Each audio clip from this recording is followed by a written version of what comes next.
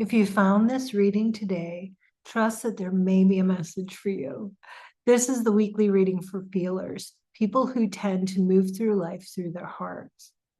Hi, I'm Lori, and I'm a tarot reader and a spiritual counselor. And each week I share intuitive messages to help you connect to your own inner guidance.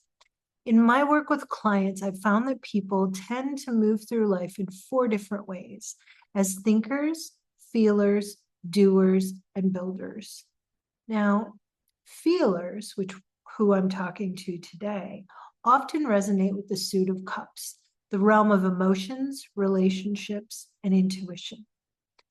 If you're still curious on what you naturally lean towards, I've created a short quiz that you can explore, and it's in the description of this video.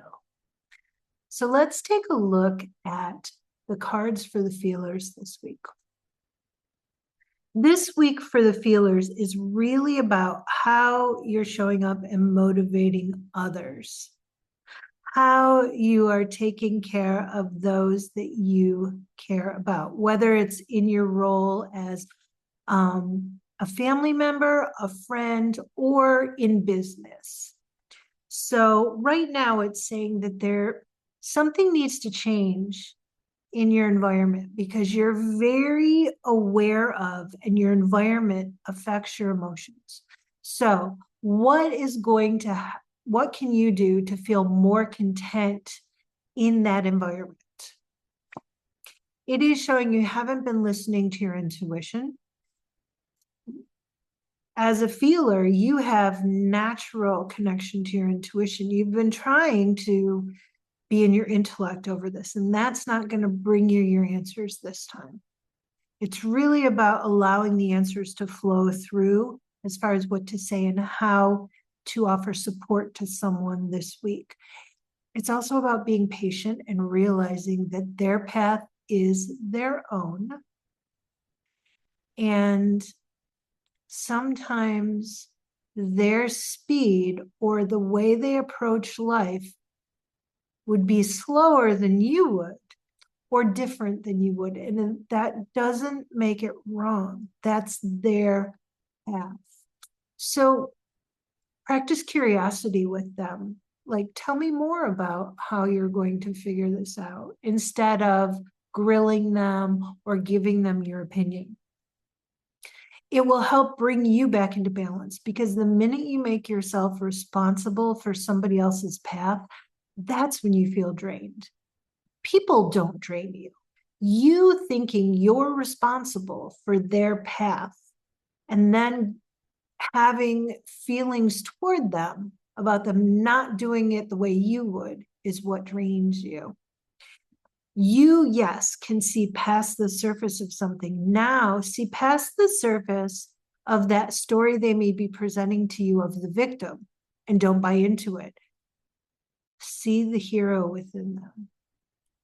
Hold that vision of them being the hero in their own journey. That's going to create more energy within you and within them. Trust me on this. You know, it's really important lesson that you're being asked to learn right now as a feeler. And that's, if you're feeling off, it's because with other people or in a relationship, it's because you think it's up to you to fix them, or they have to follow your path to get it right. And that's not true. That's what's making you tired, not them. Very, very, very important to realize, you know, and this is a lesson we all get to learn. So it's okay and that's what true compassion is, because it's not about being their mom and advising them. It's about seeing them as an equal and believing in their success. There's a difference in that energy. So the message for the feelers this week is really about honoring others by honoring their path and not making it yours. Ah, I have to listen to that one myself too, believe me. If something in this reading resonated with you, I'd love to hear which part stood out. And if you'd like a broader perspective on the week ahead, you may also want to listen to the full weekly reading that I did on Monday about all four types.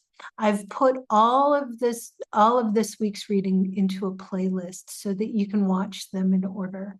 And tomorrow I'll be reading for the doers. I'll see you in the next reading. Thank you for watching. Don't forget to like, comment, and share.